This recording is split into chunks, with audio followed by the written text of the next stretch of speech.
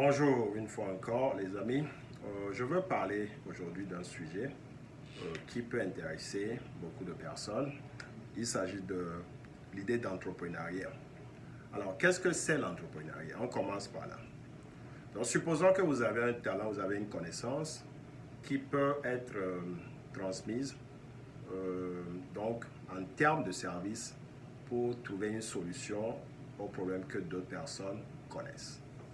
Alors, les gens ont des problèmes, vous pouvez résoudre ces situations pour eux. Donc là, il y a déjà une idée d'entreprise. On peut parler donc de situations où on peut entreprendre. Alors, bien sûr, le terme entrepreneur en Afrique a parfois d'autres connotations.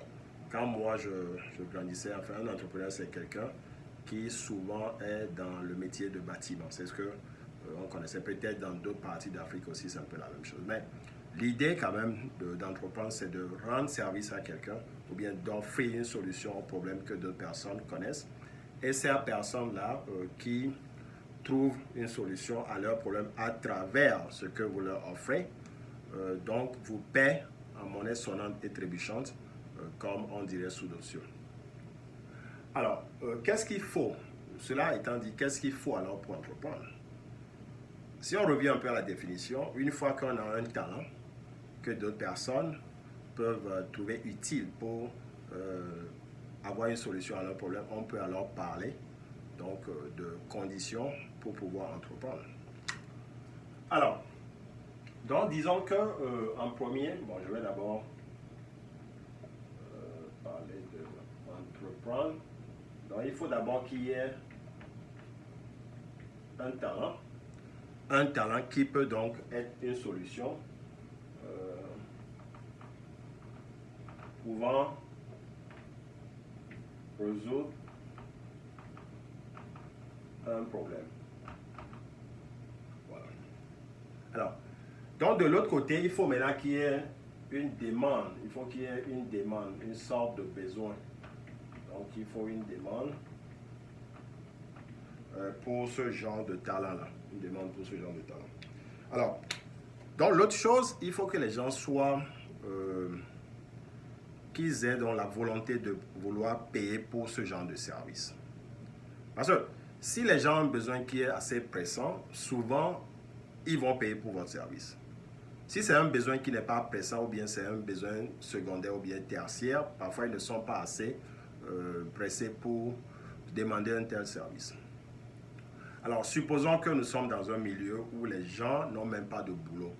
Alors, dans ce milieu, par exemple, si moi je viens leur parler de quelque chose qui est jugé être trop luxueux, ce n'est pas un besoin élémentaire et ils n'ont même pas les moyens de vouloir donc prendre cela en compte dans leur budget. Donc là, il y a un problème qui se pose. Donc il faut d'abord qu'il y ait les moyens et que ces moyens soient un peu axés vers le service que vous offrez ou bien que ce soit quelque chose qui est considéré comme un besoin nécessaire. Quand je parle de besoin nécessaire, il y a un peu de tautologie, mais vous comprenez que un besoin peut être là, mais ne pas être nécessaire. C'est-à-dire, ce n'est pas quelque chose de premier plan. Alors, donc, il faut qu'il y ait une demande et que les gens soient aussi capables de rémunérer. Rémunérer ce besoin. Ou bien quelque chose que vous leur offrez. Alors, est-ce que parce que ces conditions-là sont réunies, cela veut dire qu'on peut entreprendre?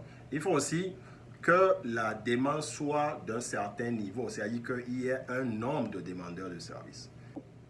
Alors, supposons par exemple que je suis dans un coin où le service que je veux offrir, il y a seulement une seule personne qui a un besoin de ce service-là. Je peux l'offrir, bon, mais si le profit que cela va me permettre d'avoir n'est pas assez élevé, donc peut-être ce n'est pas une bonne façon d'offrir ce service-là. Ou bien ce n'est pas enfin, une bonne utilisation de mon temps, par exemple, parce qu'il y a une seule personne qui demande cela. Parce que pour monter une entreprise, il faut quand même des étapes que vous allez franchir. Est-ce que ça vaut le coup de faire tout ça pour peut-être gagner seulement 10 dollars peut-être par an, je ne sais quoi, ou bien disons 5 000 par an, quelle que soit la situation. Alors peut-être ça ne va pas être bénéfique pour moi, ou bien ça ne vaut pas le coup que je passe par les étapes nécessaires pour arriver à gagner ce montant. Alors donc il faut un certain nombre de personnes aussi qui soient donc prêtes à bénéficier de ce service-là. Maintenant, quelles sont les étapes en matière juridique? Quelles sont les étapes à franchir pour monter une entreprise? Ça dépend du milieu. Il y a nos milieux africains où les gens ont des entreprises sous forme enfin je dirais un peu informel. C'est pas très formel, c'est-à-dire quelqu'un qui a peut-être une menuiserie, c'est une entreprise de menuiserie. Une menuiserie par exemple, c'est pas enregistré. Bon, on voudrait que ce soit enregistré, mais ce n'est pas toujours le cas. Ou bien dans un village lointain où on n'a pas besoin de ça. La personne offre un service, la personne est payée sur le champ et puis l'histoire s'arrête là. Alors, dans les sociétés occidentales ou bien quand les choses sont un peu plus évoluées, évidemment, c'est quelque chose qui est un peu plus pressant. Parce qu'il y a beaucoup plus de problèmes, il y a beaucoup plus de situations juridiques où on doit être dans une situation de pouvoir se défendre alors. Donc, dans ce cas, il vaut mieux que l'entreprise soit enregistrée d'abord et que cela ne soit pas une extension de la personne physique, mais que ce soit une personne morale, c'est-à-dire détachée de la personne qui est derrière l'entreprise. Et cette personne morale, donc, peut rentrer dans des situations de contrat, signer des contrats avec d'autres personnes, tout ça. Okay. Alors, revenons donc à quelque chose qui bloque souvent les gens. Les gens pensent que pour monter une entreprise, souvent c'est trop compliqué. Au fond, ce n'est pas très compliqué. Dans les pays développés, comme on dit, cela est facile. Cela est plus facile que dans nos pays africains. Mais je crois que la tendance est à faciliter aussi cela pour nos pays africains. Je sais par exemple qu'au Togo, les choses sont faites pour que cela soit plus facile. Dans le temps, cela prenait beaucoup de temps, énormément de temps, ce qui fait que les gens restaient souvent dans l'informel au lieu de vouloir sortir de leur coin et puis de montrer à la face du monde qu'ils sont en train de créer quelque chose. Parce que cela prenait énormément de temps, de l'argent et ça ne valait pas la peine.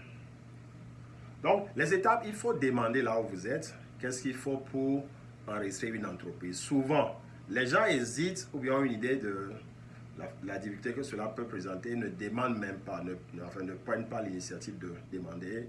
Cela donc peut tuer rapidement une envie qu'on a avant que cela ne soit même, avant que l'idée ne soit offerte donc au monde. Donc, il faut demander comment enregistrer l'entreprise. Alors, bon, en dernier, je m'en vais parler des différentes sortes d'entreprises. Tout à l'heure, au début, je parlais de quelqu'un qui offre un service dans un village, par exemple. Bon, supposons que c'est une dame qui tresse. Bon, ça, c'est peut-être quelqu'un qui s'auto-emploie. C'est-à-dire, elle crée une unité ou bien même offre un service et la personne qui est rémunérée directement, c'est elle-même, c'est une seule personne. Donc, le profit vient directement à cette personne-là. On parle alors de l'auto-emploi. Il y a certains qui utilisent le terme d'entreprise unipersonnelle, alors que, bon, dans certains cas, ça peut vouloir dire autre chose, mais ce terme-là est aussi acceptable. Alors, parlons également donc des entreprises qui sont un peu plus grandes. Prenons le cas par exemple de Facebook. Facebook offre un service. Alors, beaucoup de gens vont sur Facebook pour poster des photos, pour communiquer avec deux amis, mais ne savent pas toujours qu'il y a un côté payant de la chose. Bien sûr, cela est évident parce que des gens qui ont créé Facebook sont devenus des milliardaires parce qu'il y a un service offert à des entreprises, il y a des services de publicité, de marketing, si je peux me permettre d'appeler ça comme ça, qui sont offerts donc dans ce domaine-là. Alors, donc, ces entreprises paient des publicités qui passent pendant que vous êtes en train de surfer sur Internet, d'aller sur Facebook. Donc, ces entreprises paient Facebook alors contre ce service qu'ils leur offrent.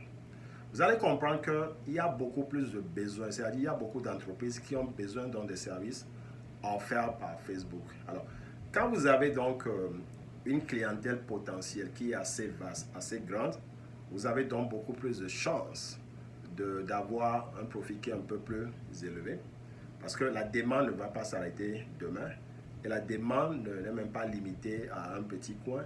Là, par exemple, nous parlons du monde entier. C'était la même chose pour Microsoft il y a de cela plusieurs années où les gens ont commencé par acheter des ordinateurs. Bon, aujourd'hui, on en a pratiquement dans toutes les maisons. dans tous les bureaux et Microsoft n'est pas la seule compagnie à continuer dans ce domaine. Donc voilà l'idée de grandes entreprises, mais ce sont des gens qui ont eu des idées, mais des idées qui étaient donc à la portée, ou bien pas à la portée, mais qui allaient offrir donc un service à beaucoup de gens. Alors, plus ce que vous allez offrir touche beaucoup de gens, plus vous avez la chance donc d'en bénéficier à un niveau un peu plus élevé. Alors, si ça s'arrête à un petit groupe de personnes, bon, ça peut toujours aller, je ne dis pas que c'est mauvais, mais la potentialité de profit peut être un peu limitée.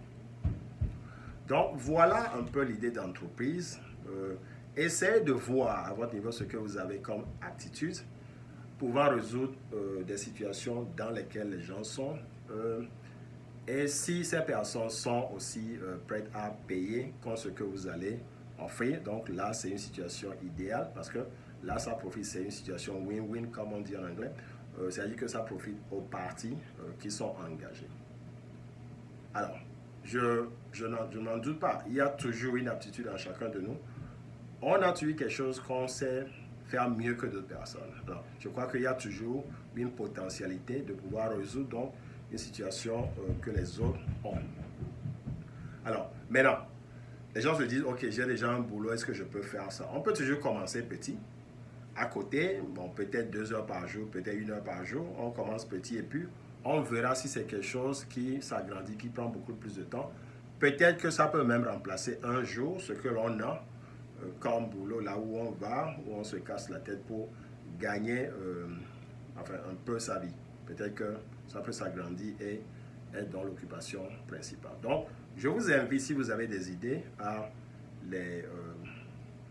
les partager avec nous, comme ça. Je peux toujours vous donner ce que j'en pense. Je peux vous dire ce que j'en pense, comme ça, même s'il faut vous guider. C'est quelque chose que je voudrais bien faire pour voir les frères africains se démarquer, faire des choses qui non seulement vont les avantager, mais aussi avantager la communauté. Parce que là, l'entreprise peut être un moyen de se développer personnellement, mais aussi d'apporter une solution aux problèmes dans nos sociétés. Alors, parlons par exemple d'Afrique. En Afrique, il y a beaucoup de talents, mais ces talents sont dans une situation où ils ne cherchent pas à peut-être créer ou bien se disent qu'ils n'ont pas les moyens. Alors, souvent, ce que l'on remarque dans certains pays, surtout francophones, c'est que les gens vont vers les services publics et veulent être des employés de ces services publics. Je ne dis pas que ça ne se fait jamais. Il y a beaucoup d'entrepreneurs, mais il y a aussi beaucoup d'esprits qui hésitent toujours à se lancer parce que peut-être c'est l'éducation qu'on a eue, où il fallait aller à l'école, commencer par travailler, gagner sa vie et puis partir à la retraite. Alors, il y a plusieurs autres manières de gagner sa vie et ce que moi j'encourage d'ailleurs. On parle d'éducation. L'éducation, ce n'est pas nécessairement aller à l'école, avoir de grands diplômes, tout ça. L'éducation actuellement se fait un peu partout. Là, par exemple, ce que je suis en train de faire, c'est d'éduquer. Je suis en train de passer donc une information à d'autres personnes qui peuvent l'utiliser directement pour en profiter et puis faire quelque chose qui sera profitable à la société. Donc, dans les temps un peu lointains, il fallait aller soit à une place publique où il y a de grands philosophes qui venaient transmettre des connaissances à des gens qui étaient intéressés à les écouter, ou dans des amphis, dans de grandes universités où la connaissance était partagée. Voilà. Mais actuellement, avec un smartphone, on peut donc être déjà à la place publique pour apprendre quelque chose, quelqu'un qui a une certaine connaissance, que cette personne vient partager donc avec d'autres personnes qui sont intéressées à apprendre de cette personne-là.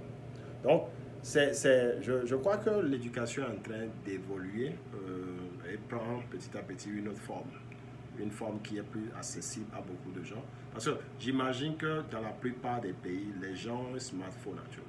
Ils peuvent aller sur Internet, ils peuvent apprendre des choses. Alors, s'il y a des idées à développer, je crois que c'est le moment, il n'y a plus de raison de se dire que, bon voilà, on n'a pas les moyens. Parce qu'on peut être en contact avec beaucoup d'institutions, on peut être en contact avec beaucoup de gens de par le monde. L'idée est juste de faire attention, de savoir avec qui on est en train de traiter, tout ça. Mais cela étant dit, il y a beaucoup de possibilités qui sont offertes aux uns aux autres pour pouvoir apprendre et transmettre aussi une connaissance et se mettre donc au service des autres et pouvoir aussi en profiter un tout petit peu. Donc si vous avez des idées dans ce sens, n'hésitez pas à les partager. Comme ça, on peut toujours apprendre des uns et des autres pour pouvoir avancer. Voilà. Donc pour l'intérêt de l'Afrique, je crois que c'est toujours une bonne chose. Pour l'intérêt des immigrants qui sont un peu partout dans le monde. Alors l'idée, c'est d'apprendre. Je suis convaincu que l'Afrique serait la terre des développements prochains. Je suis très convaincu de ça. On parle de raisons politiques, mais je pense que, à part certaines difficultés politiques, les choses vont quand même rentrer un tout petit peu dans l'ordre.